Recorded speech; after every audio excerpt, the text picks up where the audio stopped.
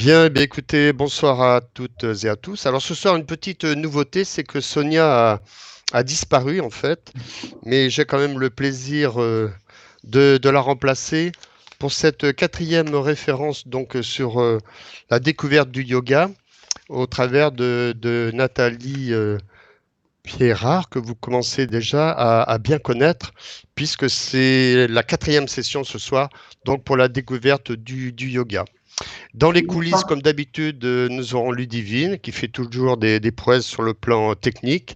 Et ben moi, en tant que remplaçant, entre guillemets, je vais essayer également de faire quelques prouesses au niveau de mon intervention ce soir.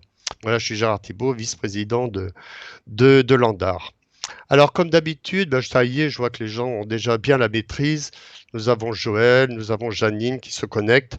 Donc, pour la manipulation, vous avez possibilité d'envoyer le chat, message par le chat, ou alors d'envoyer le message dans la partie inférieure, vous faites envoyer, nous allons recevoir les informations et on répondra à vos différentes questions ce soir. Alors n'hésitez pas à envoyer des questions, parce que toute la dynamique en fait de cette conférence, c'est d'une part l'intervention de Nathalie et d'autre part vos interventions à vous par le lancement de vos différentes questions. Alors, au niveau de l'actualité de l'ANDA, ce soir, une seule slide, une seule information qui nous paraît quand même essentielle et qui préoccupe beaucoup de personnes en France et voire beaucoup, notamment de malades et malades immunodéprimés dont la majorité nous faisons partie ce soir. Alors ce coronavirus, bon, on est tous au courant, hein, l'information circule largement. Ce soir, c'est 250 cas en France. Il y a eu 7 décès. Alors surtout, il est important de ne pas jouer soi-même le médecin et surtout de ne pas interrompre soi-même le traitement. S'il y a un doute, la meilleure des décisions, bien entendu, c'est de contacter votre médecin. Alors, important également pour faire barrage à cette épidémie, parce qu'on n'y est pas encore, mais je veux dire, on est à la veille et je pense que dans les prochains jours, la situation d'épidémie sera atteinte. Donc il y a des gestes extrêmement importants, des gestes barrières pour stopper. C'est se laver les mains, c'est totalement essentiel. Quand on est en déplacement, ben, vous faites comme le ministre de la Santé et comme moi-même, le petit gel hydroalcoolique pour se désinfecter les mains, c'est parfait. Alors ce qui est moins parfait, mais ça paraît également essentiel, c'est plus de bisous, on arrête de s'embrasser. J'espère que tout reviendra. J'ai un petit souci informatique que je suis en train de régler, vous ne voyez peut-être pas. Voilà, je disais, ouais, plus douloureux, plus de bisous, hein, mais ça, plus de bises, mais ça reviendra par la suite. On évite de serrer la main, puis je vois que ce sont déjà des réactions qui ont déjà été mises en place. Et enfin, pensez également, je ne vais pas citer la marque, mais aux mouchoirs jetables. Alors, voilà pour l'information de l'ANDAR. Moi, je vais passer presque tout de suite la parole à Nathalie. Ce que je voudrais juste dire, c'est que moi, j'ai été très séduit là, par ces 3 premières conférences. Et ce que je me suis rendu compte, même si on le sait, mais c'est toujours bien de l'entendre et de le voir écrit, c'est que quand le corps va mal, ben en fait, c'est l'esprit qui souffre aussi, c'est l'esprit qui va mal. Et certainement que le yoga est une méthode qui va pouvoir apporter d'une part correction au corps et en même temps une correction à l'esprit, voire à notre mental. Souvent, on est fatigué, on est pris par la fatigue, on a du mal à comprendre la différence entre la fatigue physique et la fatigue psychologique. Et là encore, j'insiste en disant que je pense que ce genre d'exercice est extrêmement important. À un moment donné, Nathalie, vous parliez de fierté à réaliser les gestes, et je crois que la fierté nous met également un petit peu en lévitation par rapport à nos différents mots, M-A-U-X. Un constat de par le corps médical, c'est que les articulations gonflées, ça c'était dans la conférence numéro 2, les articulations enflées, douloureuses, la force d'appréhension s'améliore avec le yoga. C'est quelque chose qui est quand même attesté scientifiquement. Je vais assez vite pour pas tout reprendre, mais dans la session 3, on a insisté beaucoup sur l'APA, l'activité physique adaptée, et qui est considérée aujourd'hui, cette activité physique, comme une vraie thérapie non médicamenteuse et attestée par la HAS, la Haute Autorité de Santé. Moi, je suis un fervent lambda et un fervent défenseur de l'activité physique parce que bouger son corps, c'est aussi bouger son esprit. Et tout ça se rejoint. Et juste pour l'APA, on rappelle effectivement qu'aujourd'hui, l'activité peut être prescrite par un médecin, même si elle n'est pas remboursée. Je ne vais pas rentrer dans le détail, mais j'ai bien apprécié également, chose que je ne faisais pas du tout. Donc c'est un peu personnel, mais je me confie ce soir, ne le répétez pas à vos voisins, vos voisines. Mais je traîne un petit peu plus dans mon lit le matin et donc j'applique le dérouillage matinal. Avant, je bondissais de mon lit en étant totalement plus ou moins bloqué. Ben aujourd'hui, je passe par la détente du front, des paupières, des joues. Donc, je me retrouve un quart d'heure, 20 minutes à traîner un petit peu dans mon lit et je trouve que ça me fait énormément de bien. Donc, merci Nathalie. Nathalie, à qui je passe la parole et qui va entrer directement dans le sujet. Ben, merci Gérard et je suis ravie de savoir que vous êtes un de ceux qui appliquent un petit peu les mouvements qu'on a vus ensemble. Donc, je vous invite effectivement à continuer à le faire aussi. Alors aujourd'hui, ce que je vous propose, c'est de vous repérer un petit peu dans les différents types de yoga pour savoir si vous étiez intéressé par avoir une pratique avec un organisme ou une association, savoir un petit peu auprès de qui vous tournez et quelles sont les différences un petit peu qu'il y a entre les différentes formules que vous pouvez rencontrer. Donc, on va voir principalement le Hatha Yoga et différentes formes de Hatha Yoga que l'on peut rencontrer en France. Et puis des yogas un petit peu différents comme le Yoga Nidra, le Kundalini Yoga. Je vais vous parler aussi du MBSR parce que il y a une dimension de yoga dedans et c'est quelque chose qui peut être très intéressant pour vous. Et puis de vous donner quelques liens d'écoles qui pourront vous aider en fait à retrouver des adresses d'organismes si vous êtes dans des grandes villes, parce que dans les plus petites villes en général on trouve très vite toutes les associations en général par sa mairie. Alors, déjà, d'une manière générale, en fait, il n'y a donc pas que du Hatha Yoga, mais ce que je vous avais expliqué dans la toute première webconférence, c'est qu'il existe en fait de nombreuses formes de yoga, essentiellement en Inde. Il y en a peut-être à peu près une vingtaine de très différents et qui peuvent parfois ne même pas faire appel à des postures. Il y a par exemple, il y a des formes de yoga qui sont de la pure métaphysique. Ce n'est pas du tout ce qui vous intéresse, je pense, et ce qui vous concerne. En tout cas, ça ne rentre pas dans le cadre de ce que je vais vous présenter là. Euh, En Occident, la plupart du temps, le yoga que l'on va rencontrer est une forme qui s'appelle le Hatha Yoga, même s'il a des déclinaisons différentes. Et c'est un yoga qui, le sens de Hatha Yoga, ça veut dire le yoga de la vive force. Donc c'est un yoga qui a une intention de vivifier la personne. Et il y a un autre sens à Hatha Yoga. A veut dire soleil et Ta veut dire la lune. Et donc, c'est l'unification des oppositions du soleil et de la lune. Le soleil étant la dimension qui est plutôt la dimension vivifiante et la lune étant la dimension plutôt apaisante. Et puis après, il y a encore tout un tas d'autres symboliques autour de ce soleil et de la lune. Alors, dans le Hatha Yoga, on retrouve un certain nombre d'éléments qu'on retrouvera dans toutes les formes de Hatha Yoga.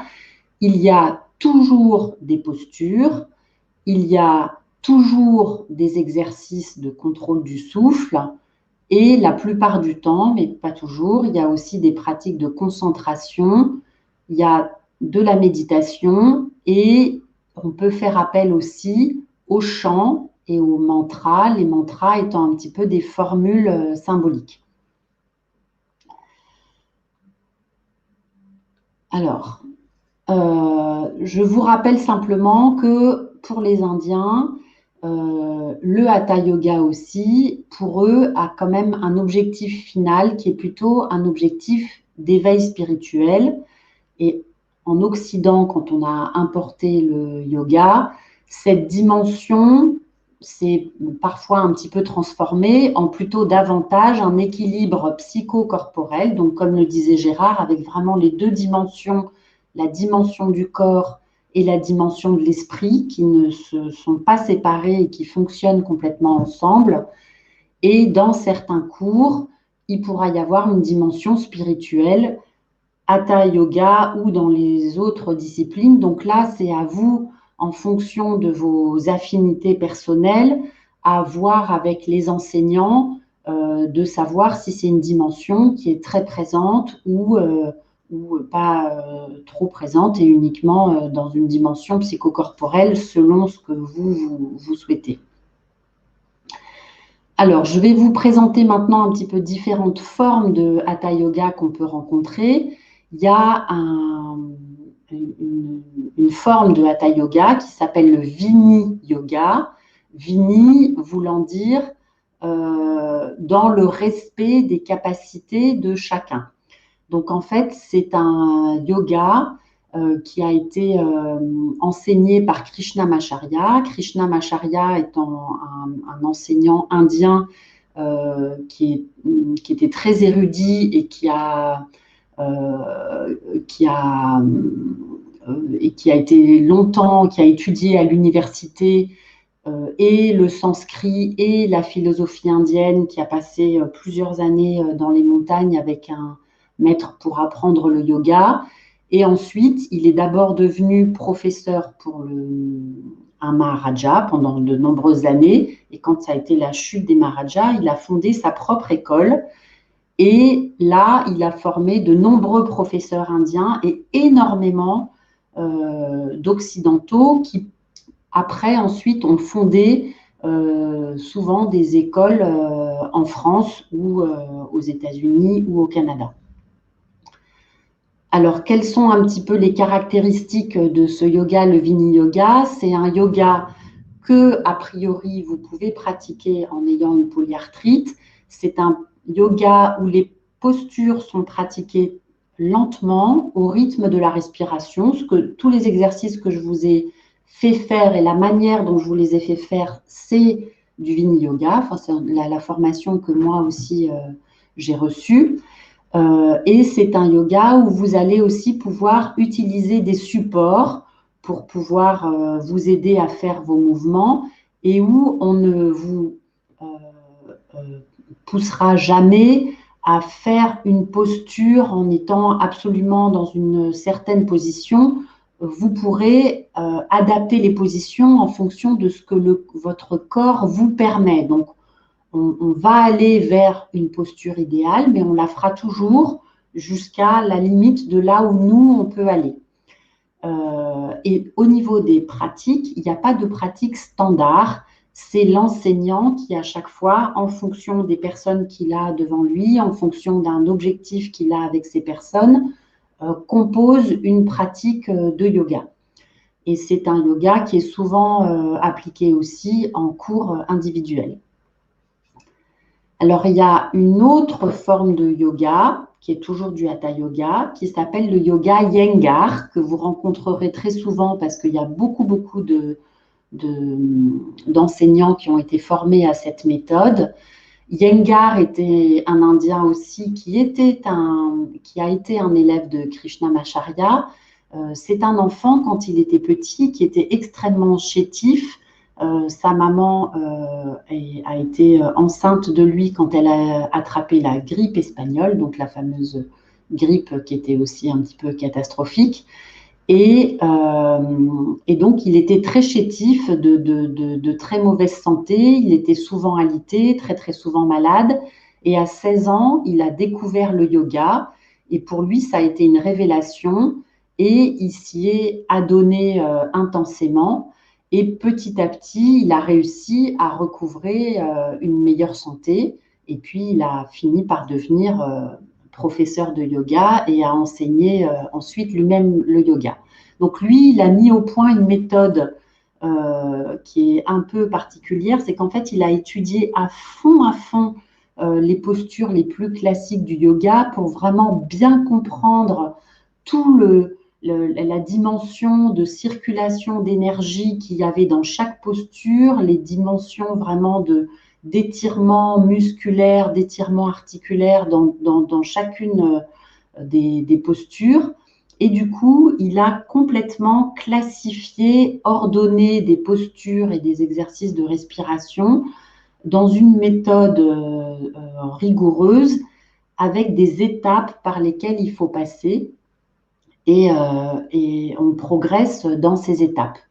Et lui, il est connu aussi pour utiliser beaucoup des supports et notamment des sangles qui vous permettent, quand vous n'arrivez pas vous-même à faire un étirement suffisamment, à le faire tout doucement, mais en s'aidant avec des sangles. Alors, il y a une gare et quelqu'un qui en Inde a une sorte de clinique. Alors, vous pourrez voir, il y a un reportage qui a été fait sur sa clinique qui est sur YouTube. Et dans ce reportage, on voit notamment une personne qui est atteinte de polyarthrite rhumatoïde et on voit un petit peu quel est le travail qu'il fait avec cette personne. Et donc, c'est un yoga qui est utilisé aussi, auquel il est fait souvent appel pour des personnes qui ont des pathologies. Mais c'est un yoga qui est un petit peu particulier parce que voilà, il utilise beaucoup de supports et c'est quelque chose qu'on peut plus ou moins apprécier. Et il faut que les personnes soient vraiment très bien formées à la méthode pour l'appliquer correctement. Après, il y a un autre yoga dont vous entendrez souvent parler, qui est l'Ashtanga Yoga, qui est aussi une forme de Hatha Yoga. C'est une personne qui s'appelle Patabi Joyce, qui était aussi un élève de Krishnamacharya, qui a fondé cette méthode. Alors ça, c'est un yoga qui n'est pas vraiment adapté pour des personnes qui ont une polyarthrite rhumatoïde et qui, d'une manière générale, n'est pas adapté pour beaucoup de personnes parce que c'est un yoga qui est très intense et c'est un yoga qui est très souvent pratiqué par des personnes plutôt jeunes ou en excellentes conditions physiques.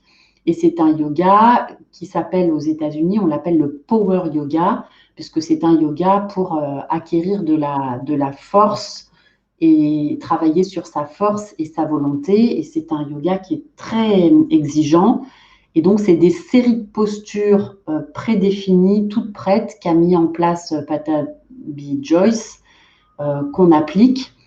Et il y a une déclinaison de ce yoga qui s'appelle le Vinyasa Yoga, qui est en fait un enchaînement de ces mouvements de manière un peu plus fluide, mais ça reste très intense et pour des personnes de très bonne constitution physique.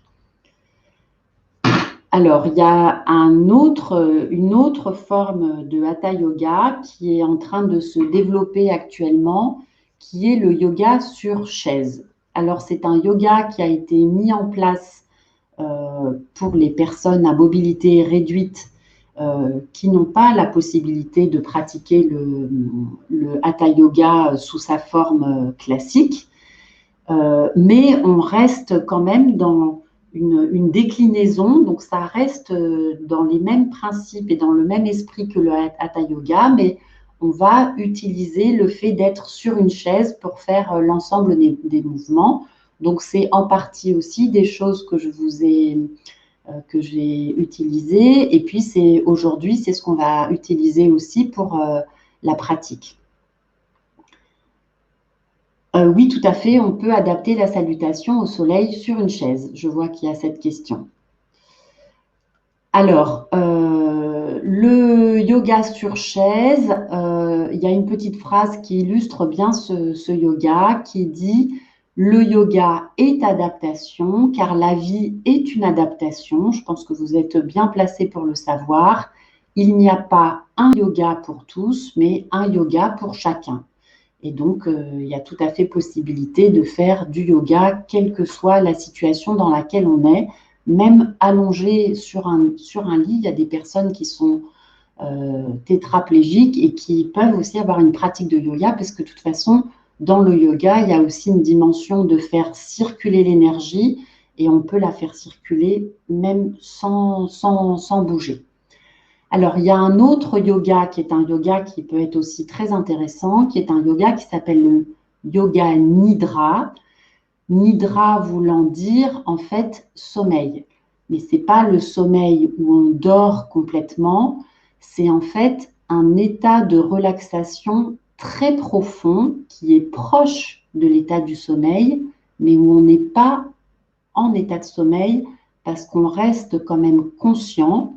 C'est un yoga qui se pratique en étant allongé sur le dos, et on va en fait faire des exercices de ce qu'on appelle la rotation de conscience. Donc, vous allez envoyer votre conscience dans différents endroits de votre corps. Vous allez faire un travail de respiration pendant que vous êtes allongé. Vous allez faire aussi un travail de visualisation. Alors, c'est ce qu'on appelle de la relaxation profonde, très profonde. Ça peut être extrêmement bénéfique, notamment quand on a des douleurs, par exemple. Et donc, c'est une pratique où on va en fait être on est aux frontières entre le conscient et l'inconscient. Et après, sur aussi la dimension psychique, il y a beaucoup de choses qui peuvent se passer quand on est dans cet état de relaxation. Donc, c'est un yoga très particulier, à part, et qui s'appelle le yoga nidra. Après, il y a une autre forme aussi de yoga dont vous avez peut-être entendu parler, qui est le Kundalini Yoga. Alors ça, c'est un yoga qui a été développé par une personne qui s'appelle Yogi Bhajan, qui est un Indien aussi et qui est sikh. Donc c'est pour ça que vous voyez qu'il a un turban sur la tête. Et donc lui, quand il était en Inde et qu'il était jeune, il avait rencontré il voyait des hippies en fait toujours autour de lui, toxicomane, et il a commencé en fait par s'intéresser à ces jeunes et à leur faire découvrir le yoga pour les sortir de la toxicomanie. Il a développé un petit peu ses méthodes au départ autour de ça, et puis maintenant, en fait, son enseignement est dispensé à tous, pas du tout spécialement aux toxicomanes. Le Kundalini Yoga est un yoga aussi très ancien qui travaille sur la circulation de l'énergie vitale. Kundalini, c'est ce que ça veut dire, c'est le nom qui est donné à cette énergie vitale. Et en Kundalini Yoga, on utilise énormément le son et les mantras, on utilise beaucoup la méditation. Il y a aussi des postures qui sont utilisées. Et alors, en Kundalini Yoga, les postures, parfois, peuvent être des postures où on va rester très longtemps dans une posture, par exemple, très longtemps, les bras en l'air, avec les doigts pointés vers le ciel. Alors, il faut, si vous suivez un cours de Kundalini Yoga, là, il faut que l'enseignant soit vraiment au courant que vous avez une polyarthrite rhumatoïde, et il faut que vous vous assuriez que son cours est un cours qui est adapté pour des situations où on ne va pas forcément pouvoir être dans une intensité trop forte. Donc ça, c'est important à savoir. Et dans le Kundalini Yoga, on travaille beaucoup sur la dimension psychologique, et il y a beaucoup des séries pour calmer la colère, des séries pour développer le courage, des séries pour pardonner. Donc, la dimension psychologique est très présente en Kundalini Yoga. Ça peut être intéressant pour vous, mais en étant très vigilant de ne pas être dans quelque chose de trop intense. Alors, il y a autre chose qui est le MBSR. c'est toujours un peu difficile à dire parce que c'est en anglais, c'est la Mindfulness-Based Stress Reduction. Et en français, c'est réduction du stress basée sur la pleine conscience. Alors ça, c'est une méthode qui a été mise au point par un Américain qui s'appelle Jon Kabat-Zinn. Peut-être que certains d'entre vous aussi en ont déjà entendu parler.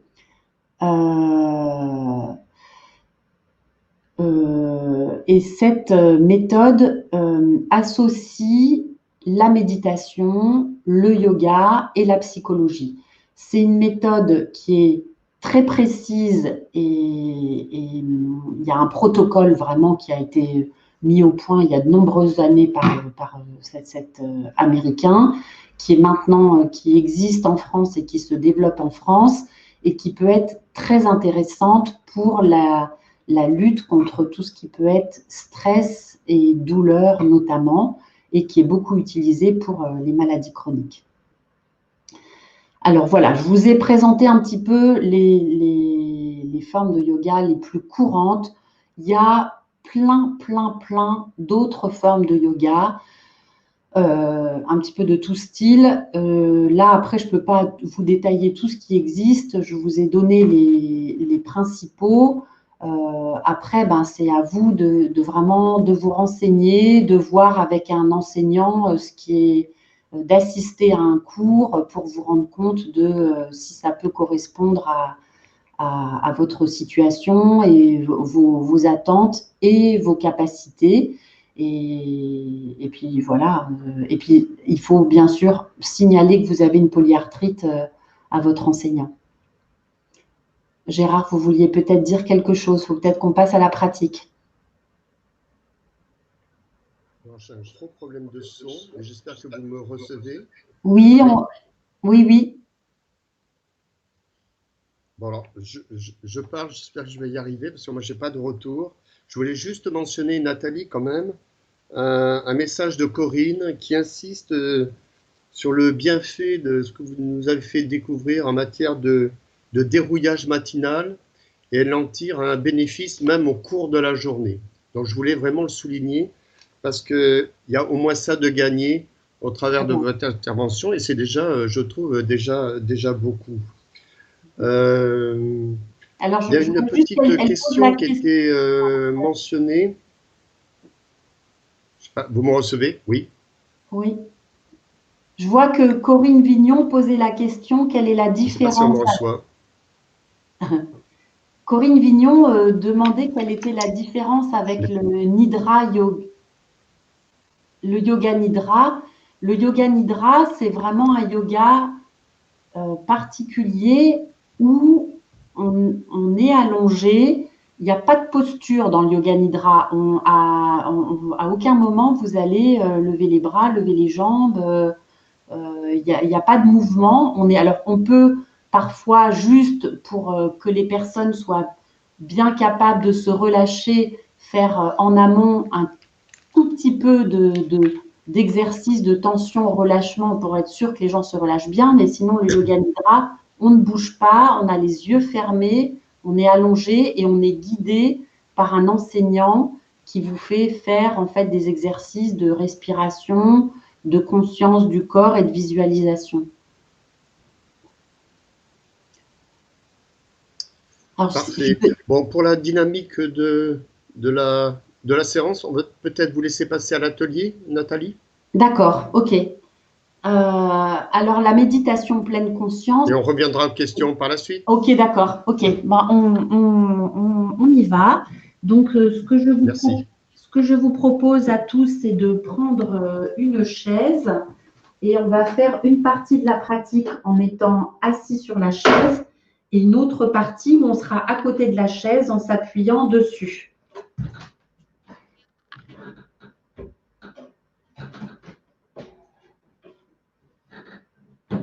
Alors là, je ne sais pas si Ludivine est là, peut-être pour mettre en plein écran la caméra. Voilà, merci. Merci Ludivine. Alors, je vous propose de bien vous asseoir sur votre chaise.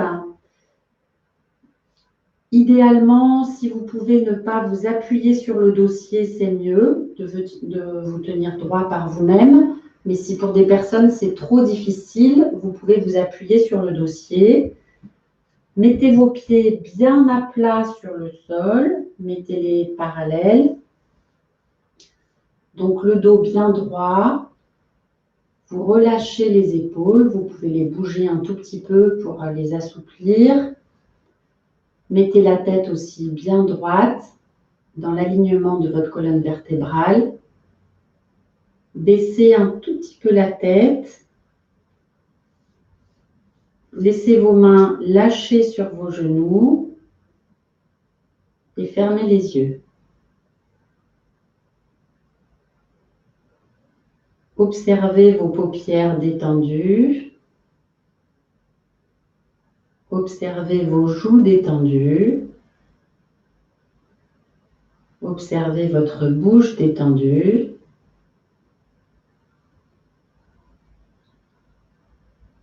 Et observez maintenant votre respiration.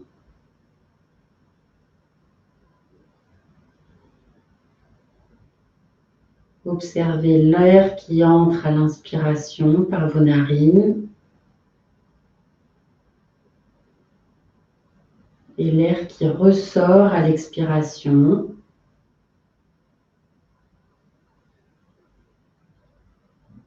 Observez ce petit filet qui entre et qui sort.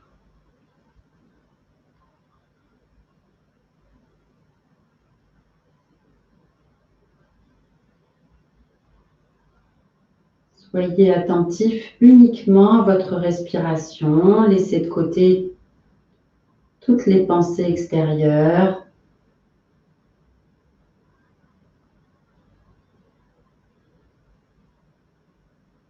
Concentrez-vous sur votre respiration.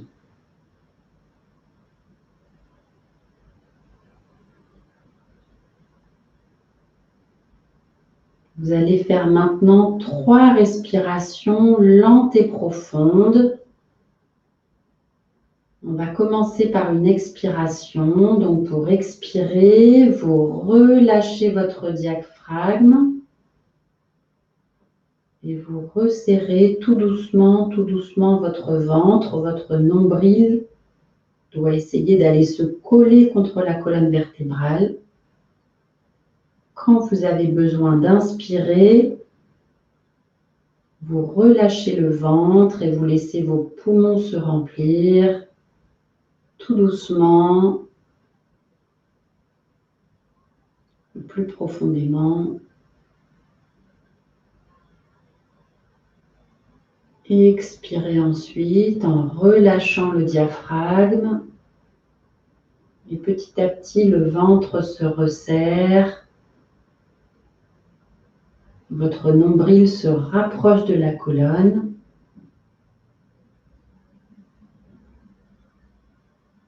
Et recommencez encore 2 fois à votre rythme. Inspirez, le ventre se relâche. Les poumons gonflent. Expirez. Videz les poumons et resserrez le ventre pour vider à fond les poumons. Dernière fois.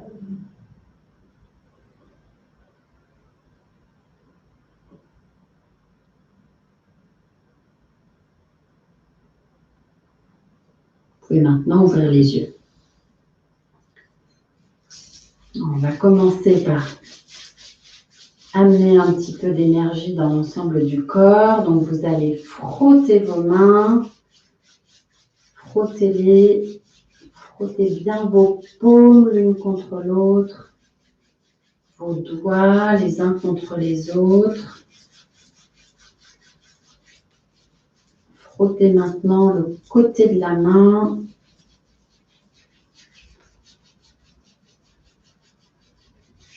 Frottez maintenant sous le pouce, le coussin sous le pouce. droite, sur la main gauche. Et maintenant, faites comme si vous vous laviez les mains en bougeant bien vos doigts, vos poignets. Mettez la main gauche dans la main droite. Maintenant, l'autre main, vous mettez la main droite dans la main gauche et frottez bien, appuyez, pressez. Voilà, et revenez dans un mouvement de frottement. On ralentit le frottement, on ralentit. Mettez vos deux mains l'une en face de l'autre devant vous. Et on va faire le mudra de l'équilibre. Donc, mettez chacun de vos doigts les uns en face des autres. Donc, le pouce en face du pouce, l'index en face de l'index, le majeur en face du majeur, l'annulaire en face de l'annulaire, le petit doigt en face du petit doigt. Et pressez bien vos doigts. Sentez bien la pression, l'énergie qui circule entre vos pouces, entre chacun de vos doigts. Sentez la force de l'ensemble de vos deux mains, de tous les doigts de vos mains, les uns contre les autres. Et relâchez. Fermez les yeux. Sentez au niveau de vos poignets, au niveau de vos doigts. Sentez si ça chauffe un petit peu.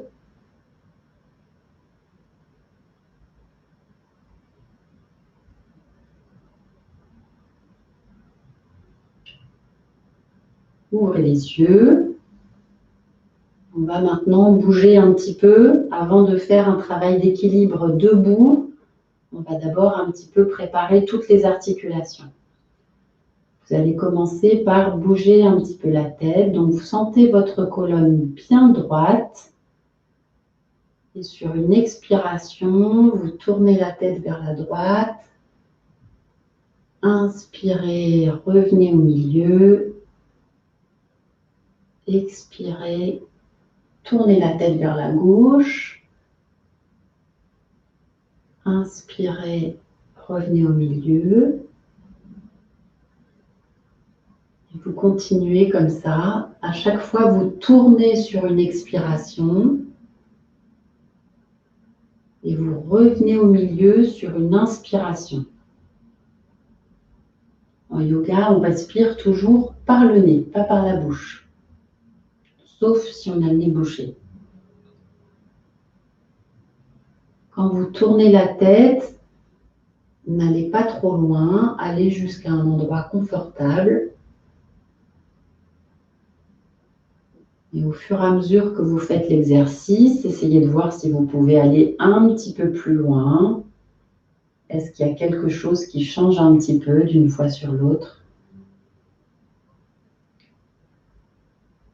Mettez toute votre attention sur le mouvement que vous êtes en train de faire.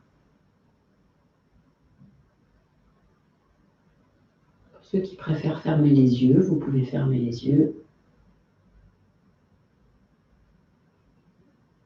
Faites-le une dernière fois.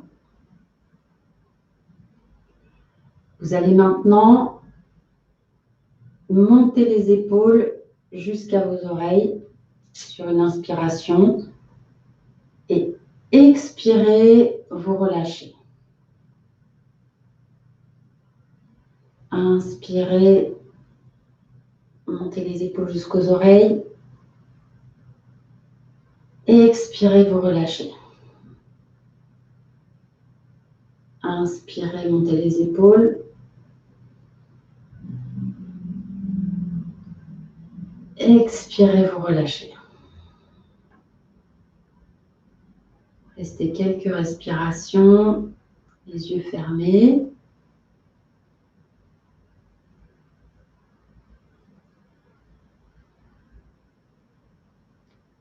On va maintenant travailler les mains. Donc, vous allez mettre vos deux mains devant vous et en même temps, vous allez tourner vos poignets et vous ouvrez les bras en même temps.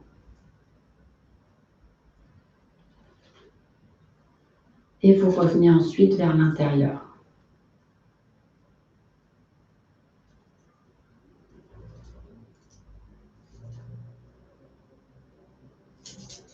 Faites-le encore une fois. Tournez les poignets. Ouvrez les bras. Et on revient dans l'autre sens.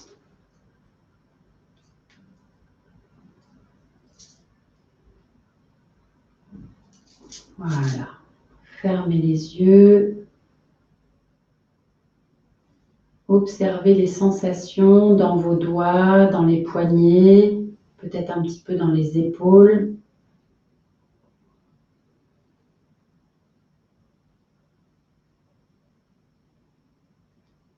Ouvrez les yeux.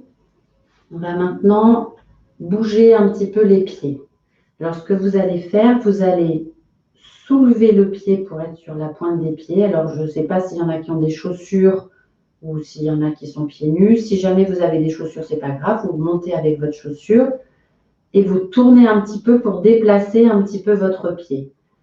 Et en fait, vous allez faire le tour de votre chaise en soulevant le pied, en soulevant le talon et ensuite le haut du pied, le talon et le haut du pied, le talon et le haut du pied.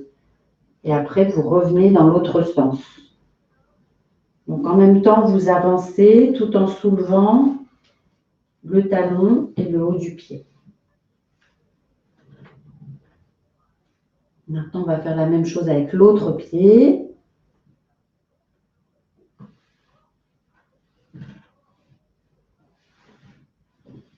Soulevez le haut du pied, vous soulevez le talon, vous soulevez le haut du pied, vous soulevez le talon, tout en tournant un petit peu. Voilà. Et on revient vers le centre de la chaise.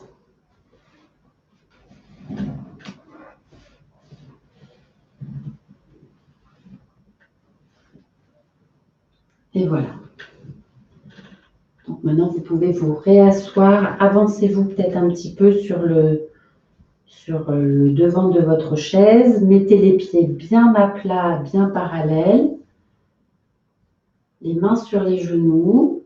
Et là, on va descendre vers les pieds pour dérouler la colonne vertébrale. Donc là, vous allez bien sentir votre colonne. Portez toute votre attention sur votre colonne vertébrale. Donc sur une expiration, tout doucement, vous laissez descendre vos mains le long de vos jambes et vous descendez. Alors descendez comme vous pouvez, jusque là où vous pouvez. L'important, c'est de bien relâcher vos épaules et de bien relâcher la tête et d'étendre vos lombaires. Et sur une inspiration, tout doucement, vous remontez.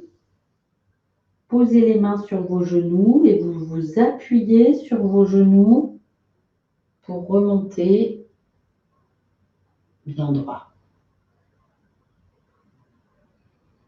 Je vous laisse reprendre un petit peu votre souffle, attendre que tout le monde soit bien remonté en haut. Vous allez recommencer encore 2 fois. Sur une expiration, tout doucement, vous descendez, vous laissez glisser les mains le long de vos jambes, jusque là où vous pouvez. Si vous pouvez aller jusqu'en bas, vous allez jusqu'en bas. Et vous relâchez les épaules, vous relâchez bien la tête. Et tout doucement, vous remontez, vous posez les mains sur les genoux et vous appuyez sur vos genoux pour remonter le dos bien droit. Faites-le une dernière fois. Descendez tout doucement.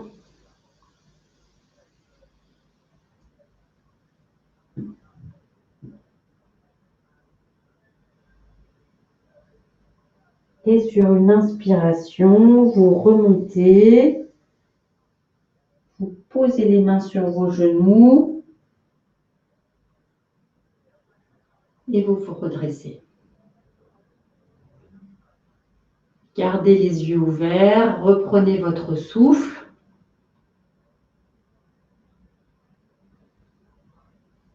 Et on va faire maintenant quelques exercices en étant debout et en s'aidant de la chaise pour les personnes qui ont besoin de pouvoir s'appuyer sur la chaise.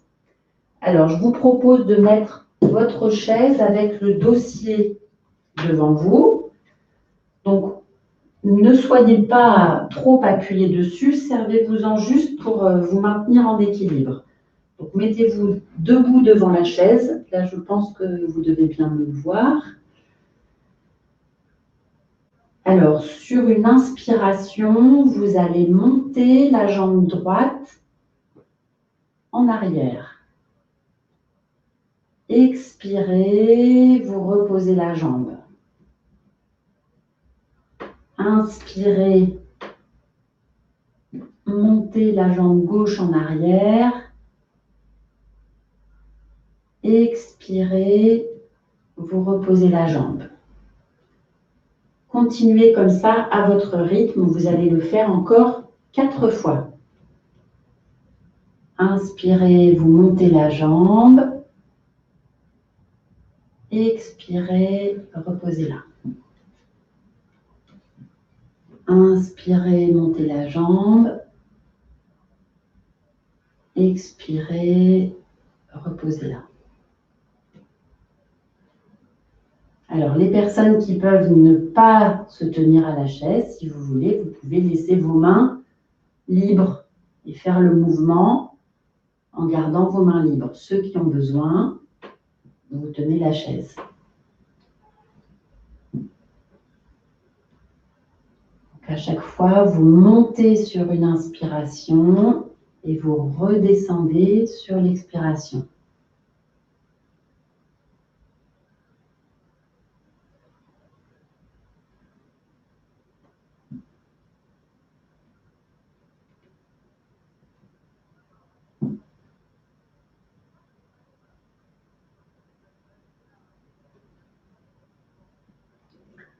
Revenez maintenant les 2 pieds l'un à côté de l'autre.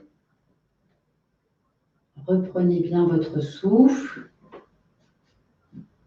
Fermez les yeux et sentez vos 2 pieds dans le sol. Sentez votre colonne sur votre bassin et votre tête dans l'alignement de la colonne.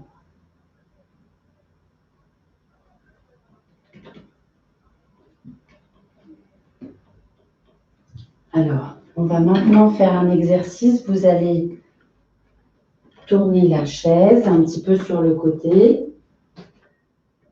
Et cette fois-ci, vous allez monter la jambe et la poser sur la chaise. Et sur une inspiration, vous allez monter un bras en l'air. Expirez, vous redescendez la jambe et vous redescendez le bras.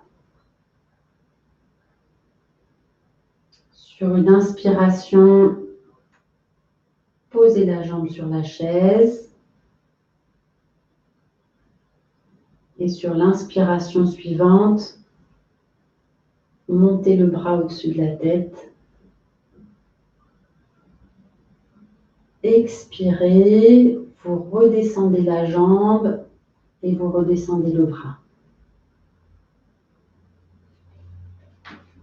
Maintenant, on le refait encore une fois avec cette jambe. Sur une inspiration, vous montez la jambe sur la chaise.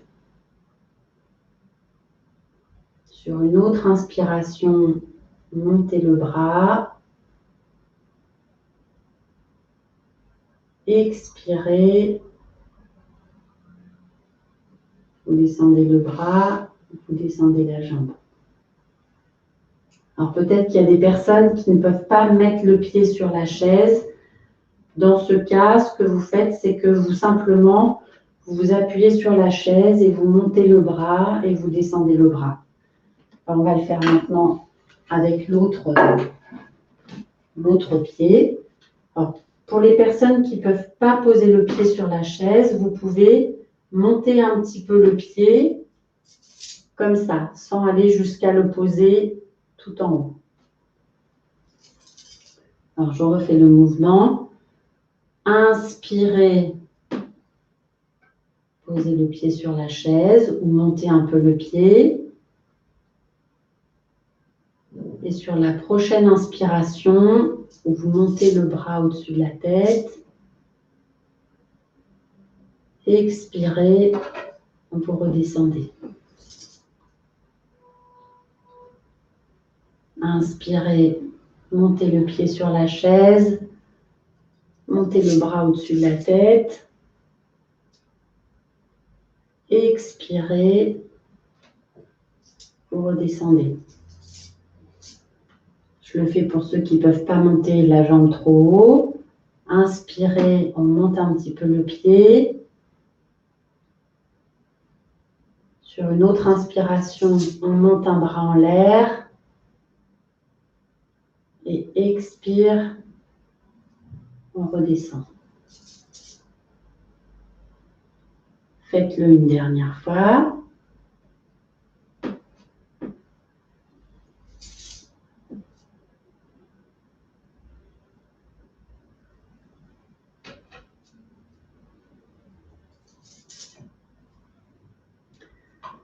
Alors, je vais vous montrer un autre exercice. On va le faire 3 fois. Donc, sur une inspiration, vous allez monter un petit peu la jambe sur le côté. Pour ceux pour qui c'est trop difficile, vous la montez devant et vous montez le bras en même temps. Inspire, je monte. Expire, je descends. Inspire, je monte. Expire, je descends. Inspire, je monte. Expire, je descends. On va maintenant le faire de l'autre côté.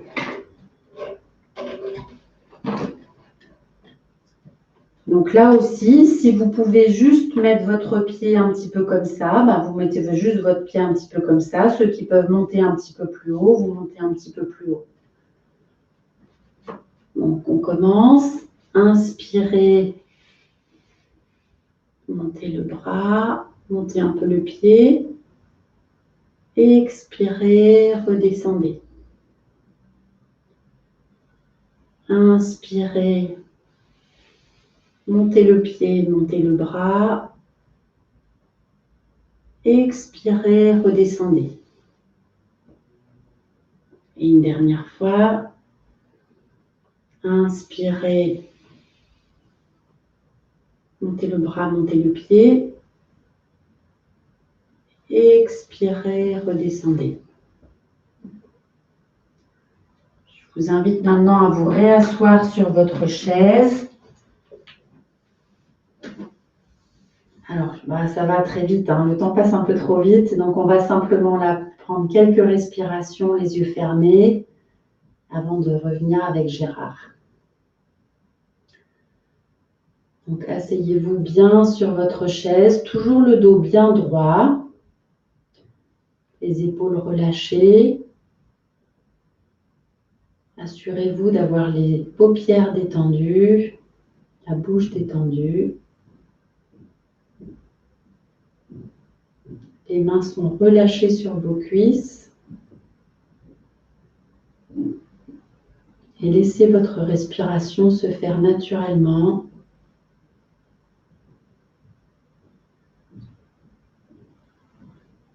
Et observez l'endroit où se fait votre respiration dans votre corps.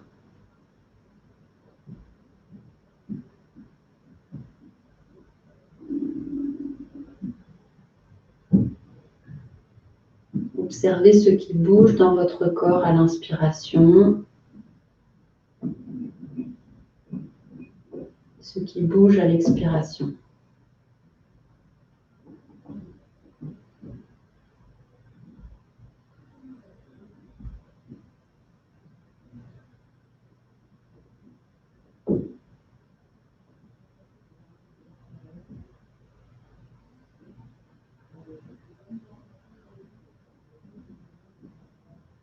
Ouvrez les yeux.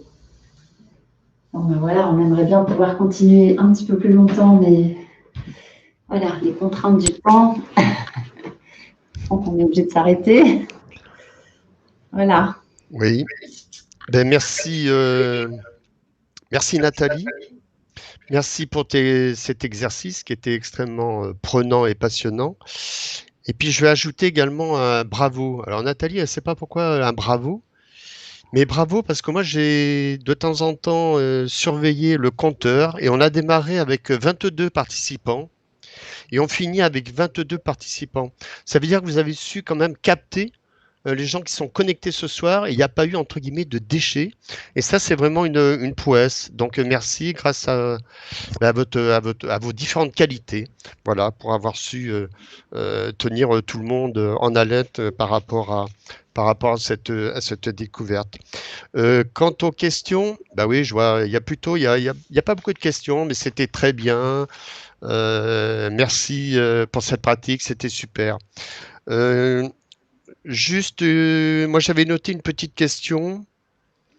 Il y a Corinne, par exemple, qui rêve, pardon, de cours personnels, mais elle dit Oui. que c'est cher. Est-ce qu'on peut considérer que rencontrer un professeur de yoga en 2-3 cours, ça pourrait être suffisant pour nous donner quelques astuces, quelques techniques à exploiter soi-même après par la suite, par rapport Alors, au budget, quoi.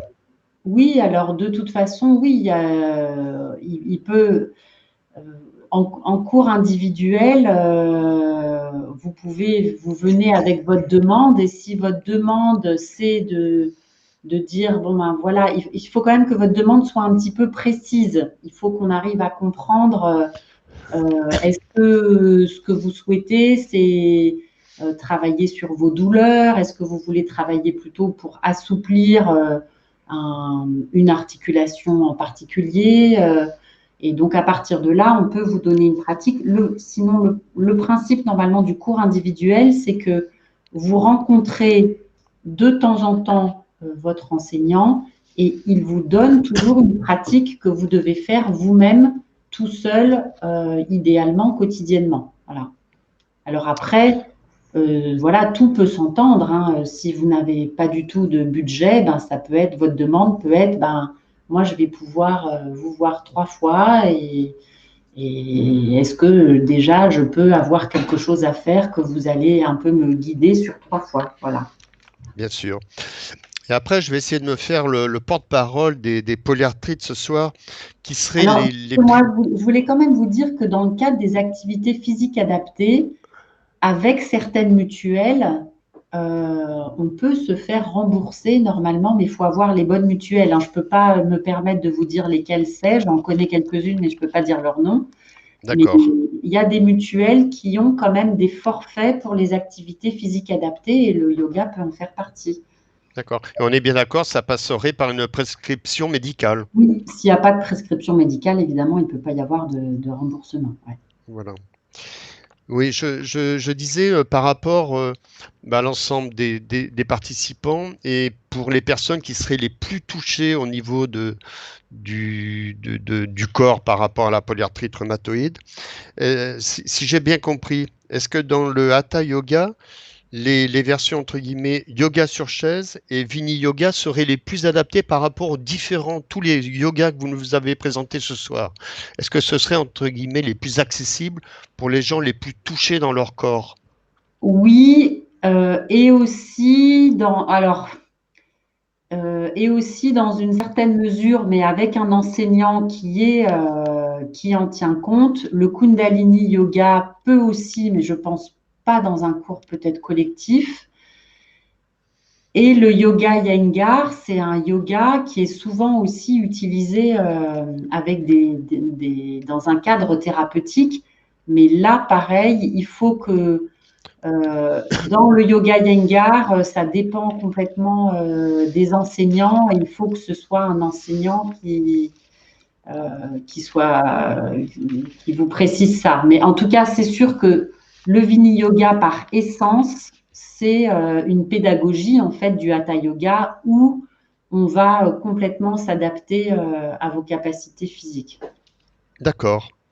Bon, ben Nathalie, alors 4 fois merci hein, pour ces 4 webconférences que vous avez animées.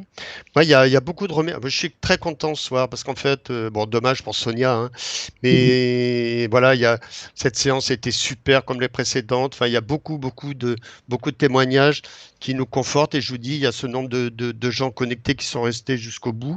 Donc, avant tout, merci Nathalie. Merci aux participants. Voilà, qui ont fait la richesse, entre guillemets, de ces conférences.